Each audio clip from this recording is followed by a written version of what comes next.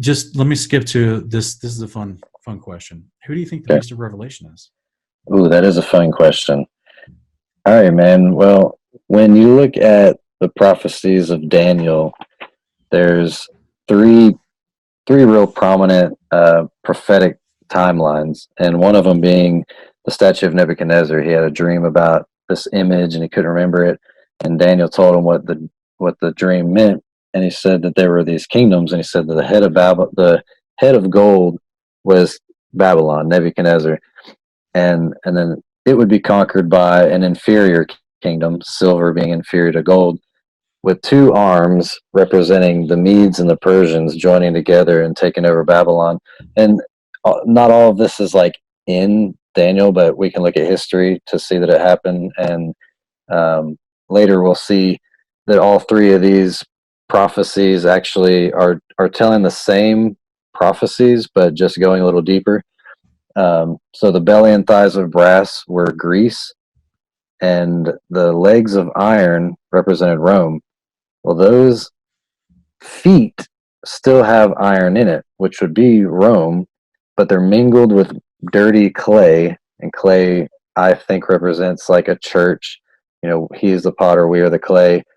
This is a corrupt church state union, but Rome was never conquered. There's never a moment where, I mean, the iron goes all the way down to the feet. Then it says that a stone cut without hands smashes it, and that's Christ coming back. So we know that in the last days there's going to be this Roman church state union that was divided into 10 toes in 476 AD. Another prophecy that kind of goes in and shows who these kingdoms are was the ram and the goat. So the ram had the two horns, and it represented the Medes and the Persians, just like the two arms did. And then this goat that was like just super fast, didn't even touch the ground, had one horn, and it destroyed the ram. It was Greece, because Greece just conquered super fast. Alexander the Great was just obsessed with conquering, and I think he conquered the world, and by the time he was like 18, and it's kind of rumored that he drank himself to death because he didn't have anything to conquer anymore. But when he died, his kingdom was given over to four generals, which we'll see represented. So, you know, all these prophecies are just targeting a little deeper and showing you a little bit more. And then we get to a prophecy of these four beasts that come out of the sea. So Daniel saw a lion with eagle's wings, and that represented Babylon again. If you look at the walls of Babylon, they were just covered with these lions with eagle's wings, and it says that the lion stood up like a man and was given a heart of flesh. This is representing Nebuchadnezzar when he was, you know, turned into a beast for 7 years, but then God gave him a heart of flesh at the end of that. Then we see another kingdom that's represented by a bear with three ribs in his mouth, but it's raised up on one side. That's representing the Persians, who were the stronger empire, but they joined together, just like the ram had the two horns and the arms were crossed over. So we see these same kingdoms again. And then we see Greece represented by a leopard with four heads and wings. This is representing the speed that it conquered. You know, leopard, fast, wings, and the four heads are the four generals that ended up taking over when Alexander the Great died. Now again, we see this fourth beast with iron in it. It's got iron teeth, and instead of 10 toes, it has 10 horns. Now Daniel tells us that beasts are kingdoms and that horns are kings and kingdoms. So this Roman beast has four divisions, which happened in 476 AD, and it goes in a little bit deeper by saying that a little horn rose among those 10 divisions of Rome in 476 AD. So if you look at the history, if you get on Google and you say, what's the world's smallest kingdom or the world's smallest nation, it's going to tell you who this is. This is Vatican, which rose up in the 500s among divided Rome, and it's the world's smallest kingdom. It's the only, you know, it's a church state. It's got its own military. And there's all kinds of descriptions of this beast power. You know, it's called the little horn. It's got worldwide authority. Um, I have It takes the Mission Impossible crew to break into it. yeah, dude. Did you see that movie a few years ago? No, but did Yeah. they really break into the Vatican? So yeah, I think it was Mission Impossible #4, maybe. But yeah, Tom Cruise breaks into the Vatican. Wow. It's hilarious. So yeah, I mean, all these Revelation 13:5 and Daniel 7:25 talks about this this little horn that it would speak blasphemies, and blasphemy according to the Bible. Um, in John 10:33 it says they accused Jesus of blasphemy when he called himself God. You know, he said, "I am." And in Luke 5:21 when he forgave sins. So according to the Bible, blasphemy is to make oneself like God. And it says that this power will, you know, call himself God. The Pope calls himself the Holy Father. Um, he calls himself infallible. And he wears a crown on his head that says in Latin, Vicarius Fele Dei. I probably slaughtered that. But it means he's the substitute of the Son of God on earth. So ironically, if you add up those Roman numerals, because he is a Roman ruler, if you just do simple addition and add those Roman numerals, it comes up to 666, which the verse says, "Here is wisdom, let him who has understanding count or calculate," depending on your translation, the number of the beast. Or is it the number of the beast? But it says it's the number of a man. And it also mentions later that it you know, it's the number of his name. So this man whose name is a blasphemous name, who says he's the Son of God on earth, equals 666. So, you know, there's just everything's pointing to this Vatican ruler. Trying to think if there's anything. Oh yeah, so Revelation goes a little bit deeper. It says that there's a harlot. You know, there's two women. We want to be a part of the pure church, the pure woman, and there's this other church or this group of people who are described as a harlot. She's sitting on a beast with 7 heads, and Revelation actually tells us that the 7 heads are 7 mountains. Mm-hmm. Well, if you do a search on what is the city of 7 hills, it'll tell you that's Rome.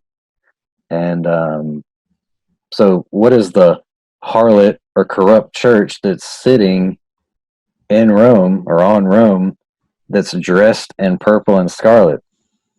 If you look up Vatican purple scarlet, you'll see that that's the official colors of the bishops and the cardinals. They literally wear purple and scarlet. It says she's decked in with gold and precious stones and pearls. Vatican's just covered in gold. I mean, the Pope is covered in gold garbs and everything, and so it's a very visual picture of the Vatican. And then one that really stands out is in Daniel 7:25. It says that he will think to change times and laws. Now, if you look at history, Roman Emperor Constantine, he was a pagan. He was trying to kill Christians, and every time he would kill one, 10 more would convert. They'd see people dying for their faith, and he just couldn't kill Christianity. So, as the old saying goes, if you can't beat them, join them. Whether any of this is true or not, I believe he probably did see a vision, but I don't think it was from God.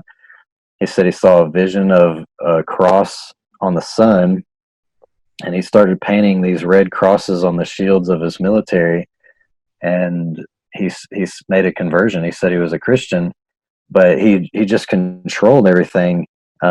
He actually outlawed the keeping of the Sabbath day in 363 AD at the Council of Laodicea.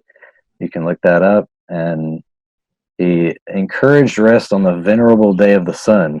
Now you can get a copy of the Catholic Catechism and look at it, and there's they're open about it. They say that we changed the day, that there's no scriptural evidence for it, and there's actually a question and answers in one of them, and it says, question which day is the Sabbath day, and they'll tell you Saturday is the Sabbath day.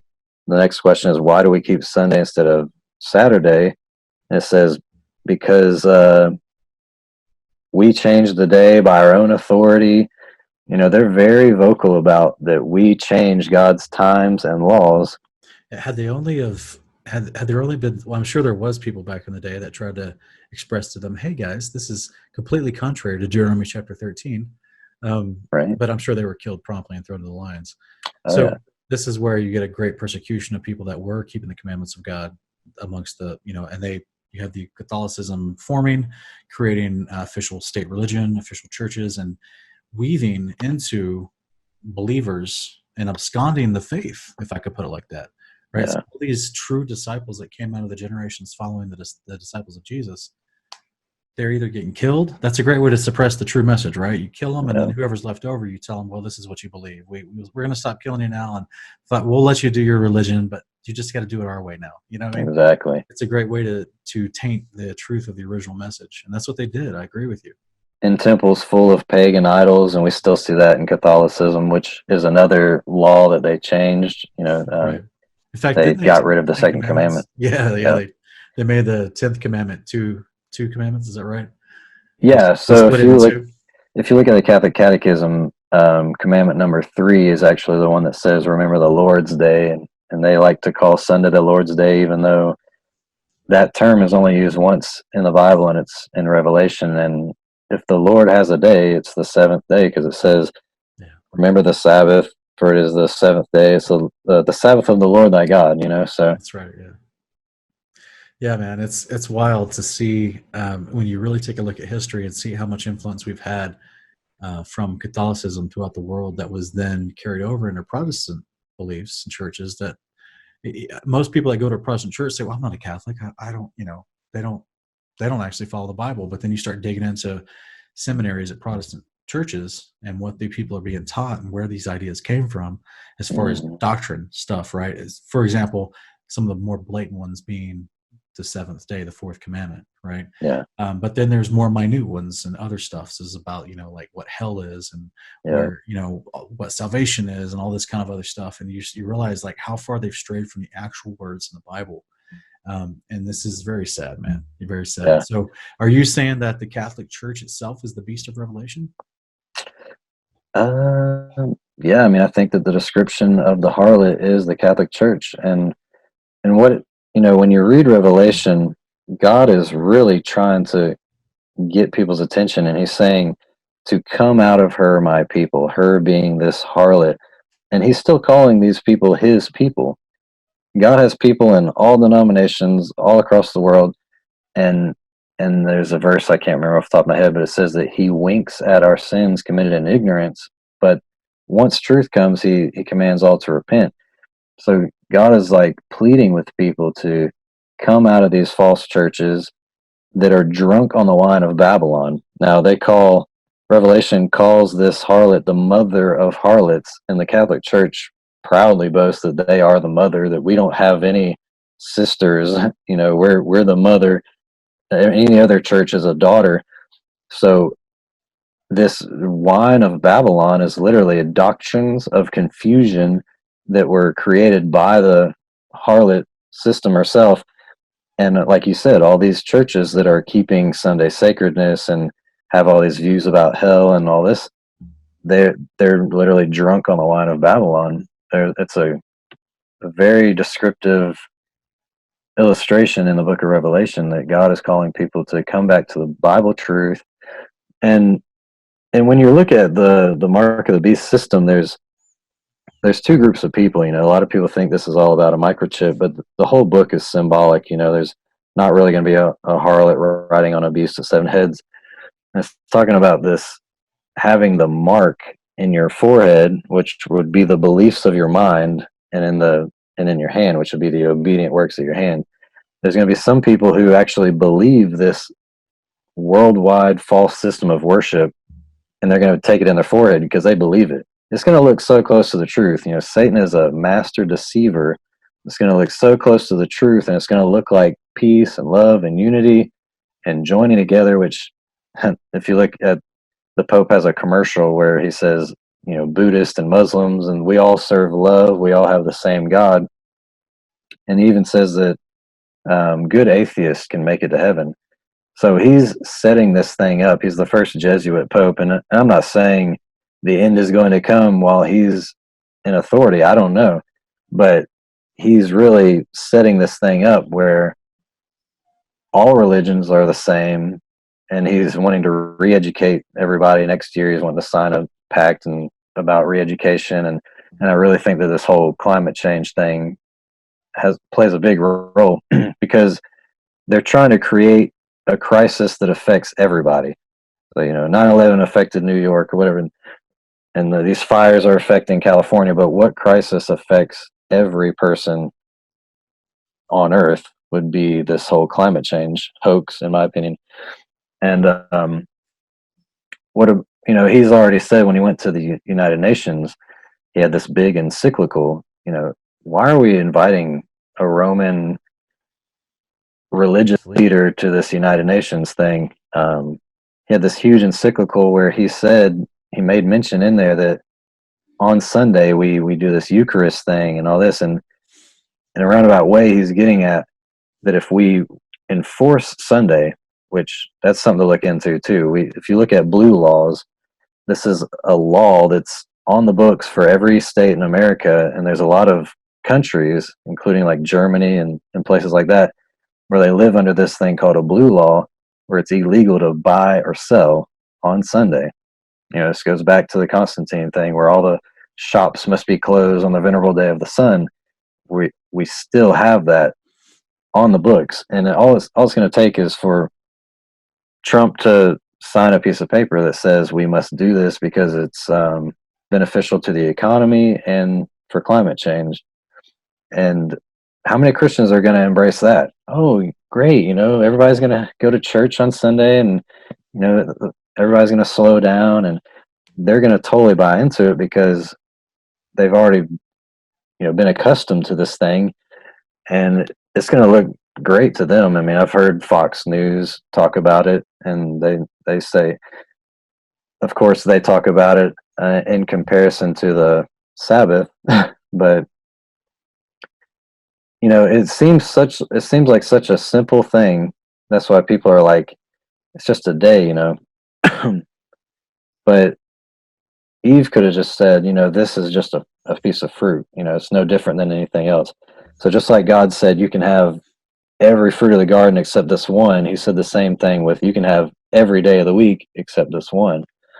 And when it specifically says that this beast will change times and laws and is going to set up a false system of worship, there's two groups of people, and it talks about those who worship the beast, and it talks about those who keep the commandments of God.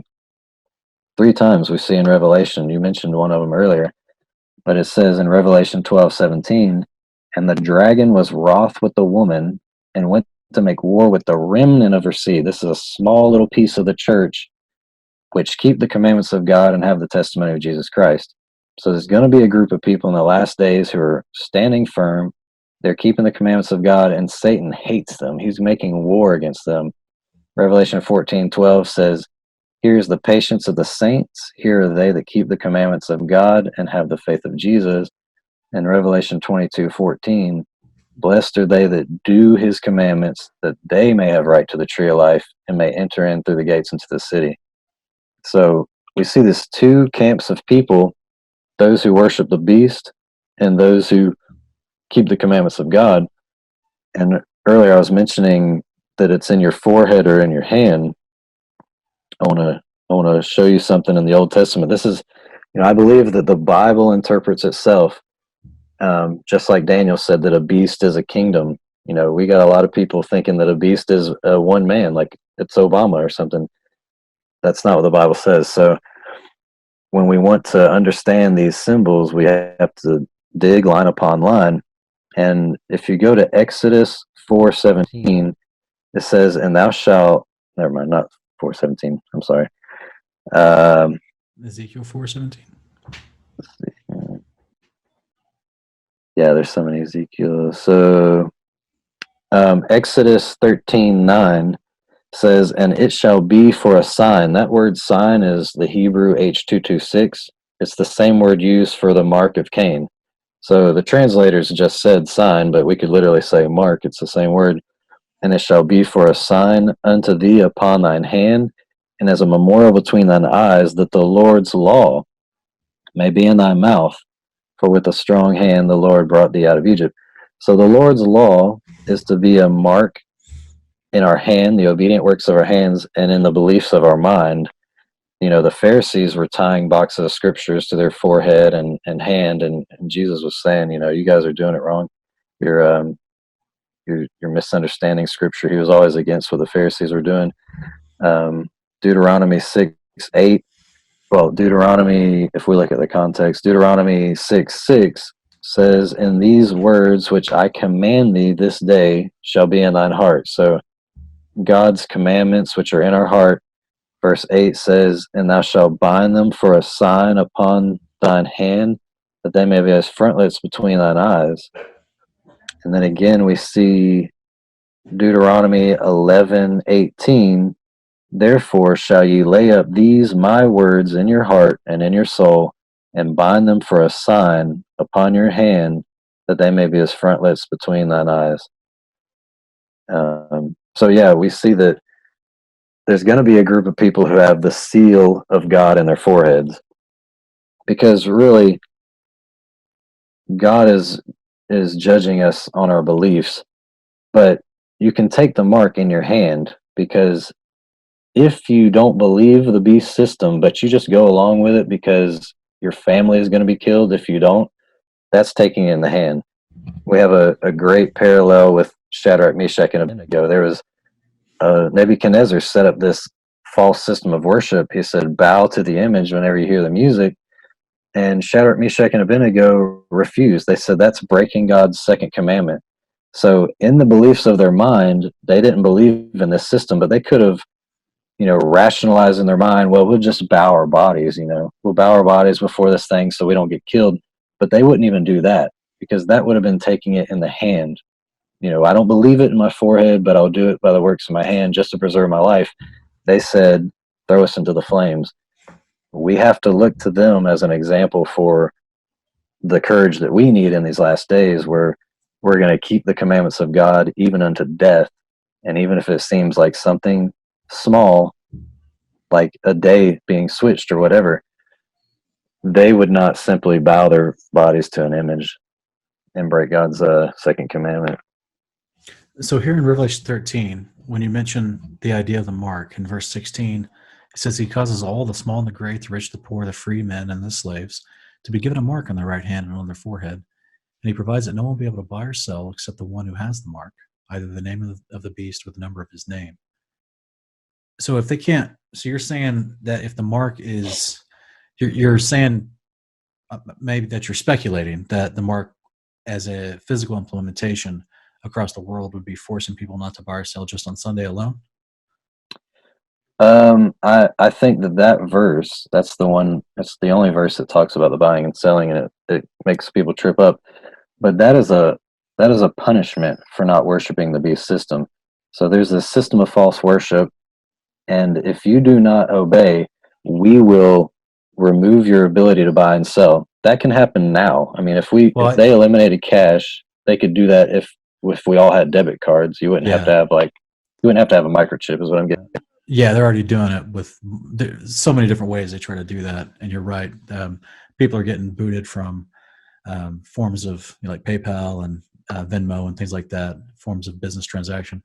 But doesn't verse 15 talk about the punishment where it says that it was given to him to give breath to the image of the beast, so that the image of the beast would even speak and cause as many who do not worship the image of the beast to be killed? Exactly. So I'm thinking there's like a threefold punishment here. So if you don't do it, if you don't bow or worship the way that they want you to worship, then they're going to suspend your ability to buy and sell. And then, the second offense, if you last or whatever, the second offense would be, Revelation talks about being in prison 10 days and stuff like that. And then it also talks about those who were beheaded for not taking the mark of the beast.